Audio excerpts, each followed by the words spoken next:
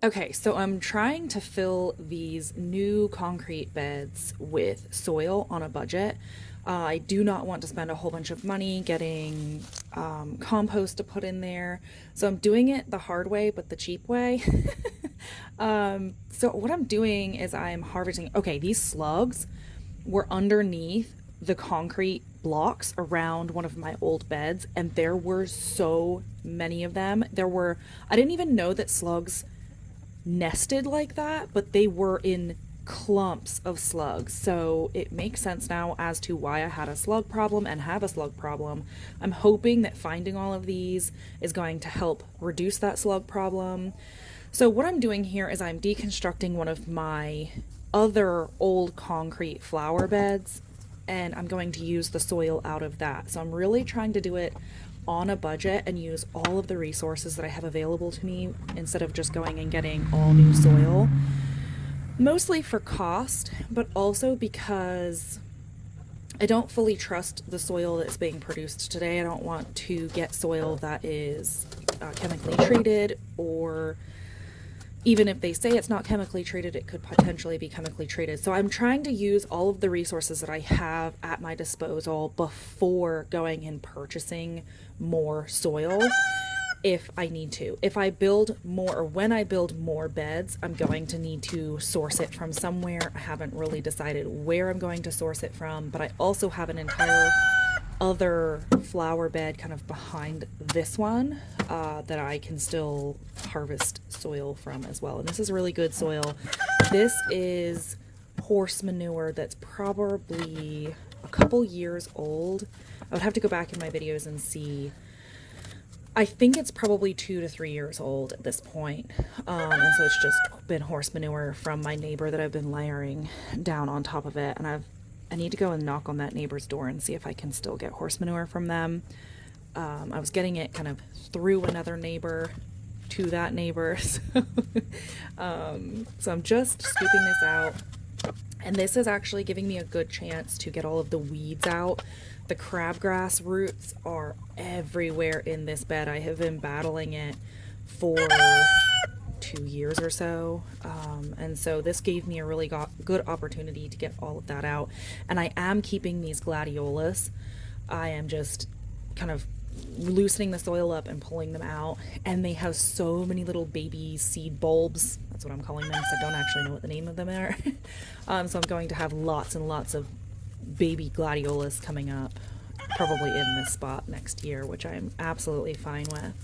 So I'm just loosening up the soil and pulling the bulbs out, and then I am digging up the soil, putting it in the wheelbarrow, and taking it over to my other concrete bed. So here they are, all dug up, and you see those little white or light colored nodules. I'm pretty sure those are new baby gladiolas. So here I'm just trying to figure out where to put them temporarily. So I'm just putting them in this pot and covered them with some soil just to keep them moist. We were expecting heavy rain due to Hurricane Helene coming in, I think the following day to when I was doing this. I was trying to get it done before the heavy rains came in. So here now I'm going to be dumping it in this new bed, or the second concrete bed that I built.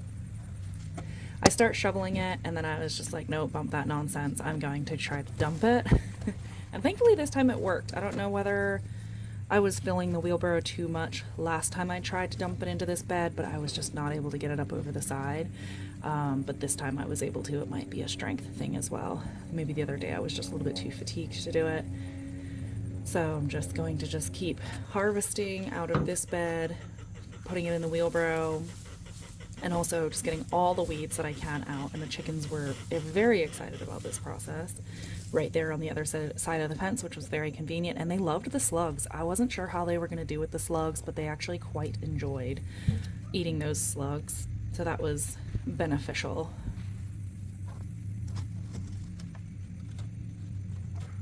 So my plan here is to fill this bed up about 3/4 of the way with my old garden soil, and then Courtney and I went and filled up some black trash bags, like black contractor bags, with horse manure from a farm that's about 25 minutes away from me, and I'm going to layer that on top, which you're going to see.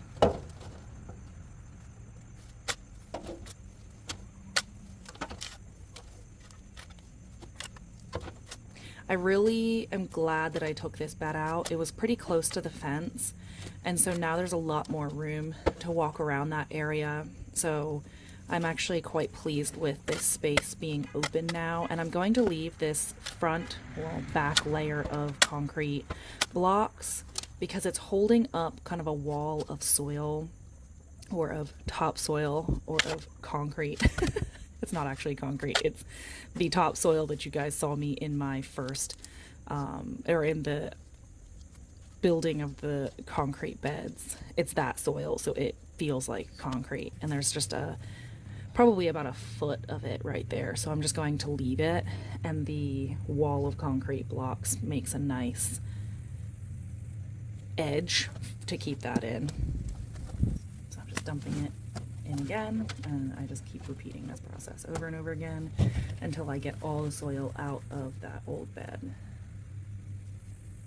And as I'm going, I'm pulling as many roots as I can out of this soil. Now I know that a lot of people recommend letting the roots just decompose in the soil, but if it's crabgrass or any kind of grass, the roots are living, which most plants' roots are living, but even more with crabgrass or Bermuda grass, and even if it has no green on it anywhere and it just looks like a white root, you would think it would just die in the soil. It doesn't. If you leave it in the soil, it will shoot up and start reestablishing itself, and once it does that, there is no fighting it. I mean, you will just forever be pulling crabgrass out of your garden. So as I'm doing this process, I'm really trying to make sure that I pull as much of that out as I possibly can, because I know I had a problem in my last bed, so there's a lot of it in there. So here is my first bag of horse manure that I'm dumping in. And so I'm going to fill up the rest of this bed with this horse manure, this nice broken down horse manure that we got from a local horse farm. It was so nice. They posted it on Facebook Marketplace as free. You just have to come and get it. And so Courtney and I went over there with our minivans and just filled up as many bags as we could and put it in the back of our minivans, much, I'm sure, to our husband's displeasure of, you know, bags and bags of horse manure being in the back of a minivan. But hey, girls gotta do what a girl's gotta do. If you don't have a pickup truck, you use your minivan. That's what you have. So here I'm just unloading as many of these bags as I can, and I was so blessed and so grateful for how much actually fit in these bags. When I was over at the horse farm filling them up, I was trying to picture, I was like, oh man, like I really hope that this fills a nice amount of these beds, and I was so pleasantly blessed and pleasantly surprised at how much each bag actually filled the bed. It was so encouraging to me, because I thought I was going to have to make quite a few runs to the horse farm in bags. And I was trying to get creative in my mind of how I could, with the least amount of damage to my van, fill up the van with horse manure. It should be mentioned that my van has a light interior as well. For those of you who are like, oh, you know, the husband shouldn't be mad. Oh no, there's absolutely room for displeased, why would you do that type communication. I even had a moment for myself where I was like, man, are you really gonna do this? And for the love of gardening, the answer was yes. I need to put plants in. I want to put plants in. I don't have any other way to get it. I'm gonna do it. Once again, a girl's gotta do what a girl's gotta do, especially when your friend's doing it with you. So I'm just putting the leftovers in this pile. So I actually had some left over, which was amazing. I was so pleased about that. And I was not going to put this other bag, the bag that you see in the bed right now, I wasn't going to open it up and put it in there, but it had ripped and I didn't want it to get wet and then get wasted. in the wheelbarrow or on the ground. I didn't want it to tear even more and then dump out in the grass, because then I would have wasted it. So I'm just going to put this one in the bed as well, and I'm really glad that I ended up doing that because it made the level come up perfectly. These bags are very heavy. Oh, and in this bag there was this little snake. I've never seen the snakes around here have a orange ring around its neck, but based on the way that its head shape is and the way that its eyes look, I don't believe it was poisonous. It was pretty small. It was maybe a foot long, if that. That might be stretching it. I mean, I wasn't about to touch it or snuggle it, and as you can see, I'm keeping my eye on it just to make sure that it wasn't getting any ideas to, you know, go full on attack mode. But it actually fell into the cinder blocks, into the concrete block hole. And so I was like, okay, buddy, hold on, I'll rescue you as soon as I'm done doing this. I tried. It promptly just buried itself in the wood chips that I have down there, so I don't know whether it's still there or whether it found some way out. I don't know how it would have found its way out because I made it pretty flush on all of the edges. So this is it finished with just soil in it, and then we're going to move on to, ooh, this is a little sneak peek of how these plants are doing. They're doing so well. It's amazing just how well these are doing. I'm so excited about it. I'm trying to figure out how I'm going to mulch this bed. I was thinking wood chips, but I'm not sure whether the wood chips are broken down enough. I don't want to rob the nitrogen from in the soil. I think I'm going to risk it though. I don't know. The other concern is slugs. I'm a little bit shy about the slug issue at the moment. So here is where my passion for gardening promptly ended, because I was going to go out there and start planting the seeds because rain was coming and I wanted them to get rained in. And right as I went out there to start planting, it started pouring rain. Before that, it was just like a light sprinkle, like no big deal. Pouring rain. Like, this was the moment that Hurricane Helene hit us. We did not get very badly. We got some rain and some wind and one or two tornado warnings, but that was about it. So this was the moment that the weather hit us, and I was like, okay, well, this is where my passion for gardening ends, because trying to keep the seeds dry. You guys are currently propped up underneath an umbrella that I zip tied to a shovel, which you'll see in a later video in the background. So that's what you guys are under right now on the tripod, which makes a beautiful sound. But it was real. I was just like, okay, yeah, no, this is where Jenny draws the line for her gardening passions, because this was not fun, and I was soaking wet. So I'm putting, this was carrots, and I put the 2x4s over to try to keep them moist. These are the peas in the other bed starting to pop up, which I'm so excited about. I really hope that these do really well. So this, I think, is the following day to the deluge. Might be the day after, might be 2 days, and I'm out there planting the rest of the bed out. So I'm just sitting and trying to figure out where I'm going to plant what. In a perfect world, I would label everything and it would be all perfectly labeled and be in perfect little rows. That didn't happen. No foreshadowing necessary. Full on didn't happen. Courtney's actually on her way to hang out, and she was like, okay, great, what did you plant? And I wasn't even fully able to remember where I planted everything. So it should be fun. We'll see together where everything is, because once the plants come up, I'll know what they are. Like, I know what the little seedlings of a spinach looks like, and a beet, and a radish. The radishes are actually already popping up, so that shouldn't be a problem. But also don't know the varieties, because at one point, well, I'll wait till we get there.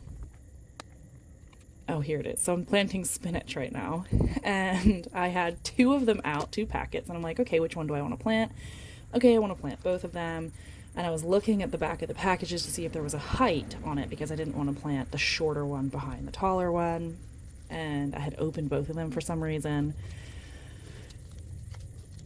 Forgot that I opened both, took some seeds out. Well, you're about to see. I'll just let you watch in misery. Oh.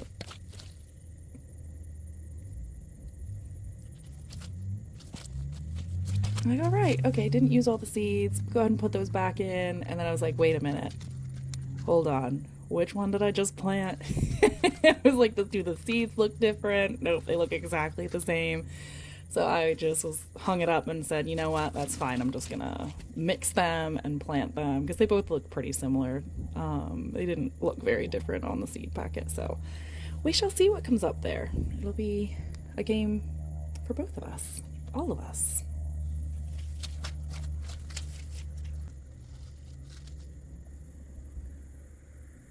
And then this is a different variety. So there's one variety on the end, a mixture of variety, two varieties in the center, and then a variety on the end again. So the benefit to labeling everything, I believe now I'm going to be planting radishes here. The benefit to labeling everything is if you're going to save the seeds, or you're planting varieties of stuff that you haven't ever planted before and you don't know, so that you can then say, oh, I loved this variety of radishes, or I loved this variety of spinach, and so you know what to get next time. But when you mix them, like I did, or you don't label them like I did, you really have no idea what variety you really liked. You just have, okay, well, I planted 3 different kinds of spinach. You know, these plants could be any, this one that I love could be any of 3. So that's the benefit to labeling things, you know, along with many other things, you know, like knowing what you planted and where you planted it. But, you know, I'm a little bit of a rebel when it comes to that. I've discussed in another video how when I first started gardening, I was really particular about labeling it and making sure that everything was labeled and everything had exact spacing and all of that. And it just took so much of the joy away from the gardening process to me, and I would just get stuck so much in like the decision fatigue and the research of it. And so I just started just doing it, like just putting the seeds in the ground. And then I, you know, started recognizing the plants as they would come up, and I was like, you know what, okay, we're just gonna plant. And if there is something new that I plant, I do my best to label it. When I say I do my best, I actually mean I do my best. Sometimes I don't. Like that spinach, I don't think I've ever planted that variety of spinach before. And so that's, you know, going to be a bit of a show, but I don't know if that's you as well. If you're caught up on trying to make sure that you do it perfectly and making sure that you do it to the right spacing and the right depth and all of that, and it's keeping you from just putting a garden in and putting the seed in the soil, just stop. Just experiment with it. Like, seeds want to grow. Seeds get pooped out by animals and birds, and they get chewed on and spit out, and they grow, right? So just remember that. Like, it doesn't have to be a stressful experience. And if it is a stressful experience, then try changing it and try just doing it in a way that brings you joy and reduces that anxiety and that stress. So in this last little square, I'm planting lettuces, as you can see. I'm trying as much as I can not to have to thin them, so I'm doing as well as I can to just put a couple little seeds in each spot. And I tried to do that with the carrots as well. In the pouring rain, it didn't work. There's just tons of seeds in the carrot spot.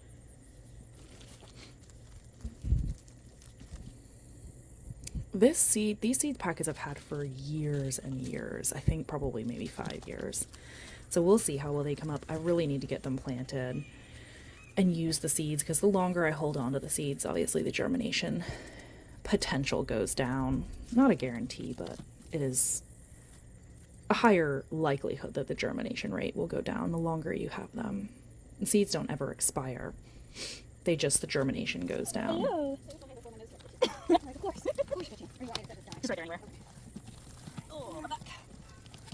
I think the only time a seed would expire is if you let it get wet and then it molded. But like, as far as expiration, where if you have it for too long, it goes bad, quote bad, it will never go bad as long as it's stored correctly. It's just the germination goes down, which means that it might not germinate. So Courtney and I, in the other bed, we're putting up the trellis for the peas in this season, and then for any other trellising plant in future seasons, such as tomatoes or beans, whatever I choose to plant on this back side of this bed. I am so excited about this, and also a little bit disappointed because I'm not sure how I like how it blocks the other bed behind it. If I picture, well, you guys are about to see, but if I picture this wall of plants being on the back end of this bed, it's going to almost completely block out the bed behind it. So I'm not sure how I feel about that. But when sitting on the garden bench, I will still be able to see that bed, so that will be good. And Courtney and I are having deep conversations as per the usual. And then here we've got the trellis resting on the concrete blocks, and then we're just going to zip tie it up. And I'm bringing it up quite a bit because tomato plants get very tall, especially if they're indeterminate varieties. Determinate varieties don't get as tall depending on what type of variety you plant, but I plant very few determinate varieties, so most of the varieties that I plant are very tall. And same with beans. Basically anything that I'm going to be planting on this trellis is going to get pretty tall. So I'm trying to make sure that I use my equipment to the best of its ability. And so trellising it or hooking it up high makes it so that it can be a little bit higher up and can accommodate a taller growing plant. And I will probably get some more zip ties and secure it just even a little bit more. I think we put 2 zip ties on each of these, but if one zip tie pops, then that's going to be quite a bit of weight on one little zip tie. So I like to secure it pretty well because I don't want it to squish the plants underneath it. And then I do have overhang on the end. I'm not entirely sure what I'm going to do about that. I think I'm just going to cut it. As you can see, we're discussing that.